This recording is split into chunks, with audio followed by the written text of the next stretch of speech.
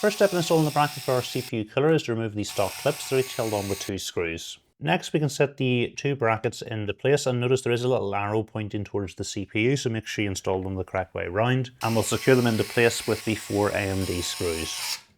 Then we've got one of these brackets to go on to each side, and there is a little arrow again pointing towards the CPU. And then we have a thumb screw to go onto each corner.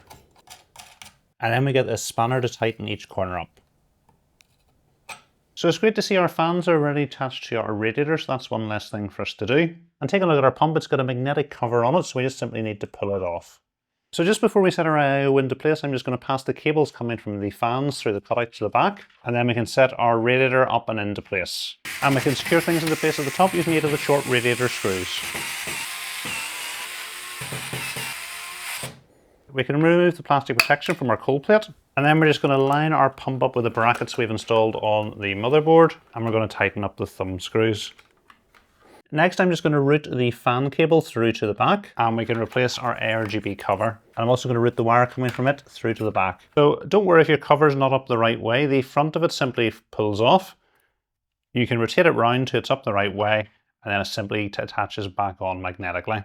And then we can remove the plastic protection. And with the IO, we do get some clips to help organize the tubes. We've got 3 fan headers at the top of the motherboard. Our CPU fan header is the one in the middle. So I'm going to plug the cable coming from the fans on the radiator into it.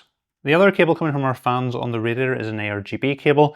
It's got a little splitter cable on it, so I'm going to unplug it and plug the ARGB cable coming from our pump into it. So because we do have an ARGB hub, it makes sense to plug this into the hub. Last cable to plug in is the PWM cable coming from our pump, and our pump header is just below our 24-pin connector.